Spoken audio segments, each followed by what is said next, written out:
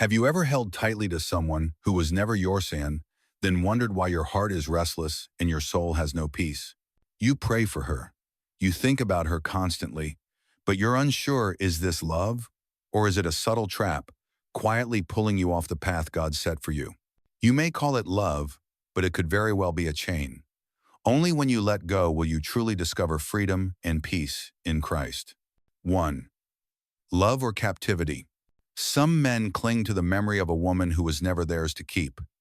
They dwell on her, chasing after echoes of what once was, asking themselves, could she be the one God intended for me? But deep inside, they know the truth. If it was from God, there wouldn't be this relentless confusion. God doesn't send a love that blinds you to Him. He doesn't offer someone who leads you away from your convictions, your character, or your calling. If she causes you to lose peace, if your faith has weakened since meeting her, she's not the one God appointed. 2. When the storm comes, let go. You might call it love, even sacrifice. But God sees the chain around your soul. You pray for the relationship, yet you hold on to what He's already declared must end for your growth and protection. There is no compromise in the living Word. God doesn't bless relationships that drain your spirit. He blesses ones that strengthen your walk with Him. Pray this with a surrendered heart. Lord, if she is not from you, take her from my heart. That prayer takes courage, but it's a seed strong enough to let God carry the weight and cleanse your heart. He never hesitates to remove what poisons your peace. 3. Step into the storm like a man, anchored in truth. When the heavy rain falls and you try to hide beneath a broken roof of past emotions, you won't stand firm. But if you walk into the storm arms open, heart ready, you will learn to stand tall even in the fiercest winds. Don't hold on to what God has come to remove. What He shuts, no one can open. What He tears away can't be rebuilt by your wishes or memories. God formed woman from man, and He knows the right one for you still walks this earth. But to receive her, you must be faithful enough to let go. Letting go is not weakness, it's obedience. 4. What to do when God closes a door. 1. Stop clinging to the past. Your heart is not meant to chase memories that no longer align with God's divine purpose for your life. Many hold on to old love like an idol, unaware that it's blocking their spiritual growth. Biblical example. Lot's wife. Genesis 19:26.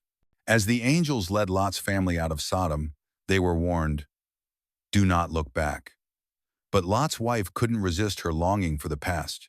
She turned to look back and was instantly turned into a pillar of salt. Lesson. Holding on to the past is freezing yourself in place, unable to walk into the future God has prepared. 2.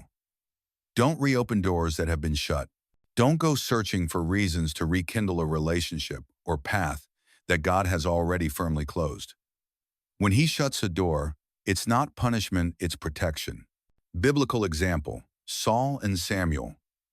1 Samuel 15. After King Saul disobeyed God, the Lord said to the prophet Samuel, I regret that I have made Saul king. As Samuel mourned, God asked, how long will you mourn for Saul? Lesson.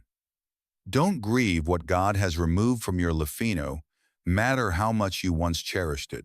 3. Don't try to rebuild what was lost.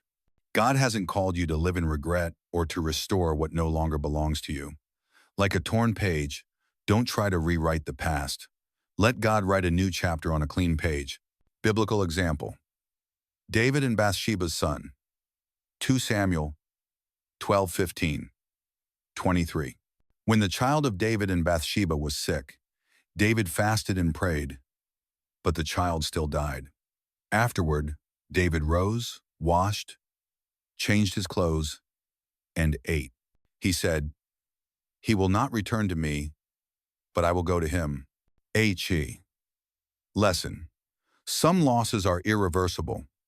A strong man accepts, releases, and keeps walking forward. A man's maturity is shown in his willingness to let go of what God has not given. You may have once prayed, Lord, let me stay with her, but now it's time to prove your faith in action. When He removes her, don't chase after what He has closed. That is faithfulness not just to His word, but to your own heart and to Him. Conclusion.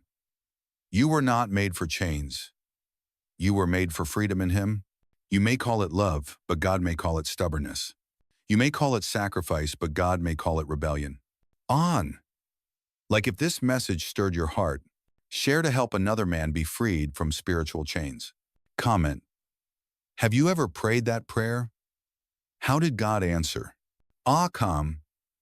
Subscribe for more life-shaping, faith-deepening messages each day. Answer the call. Let go of what God has removed. Step into the freedom only He can give.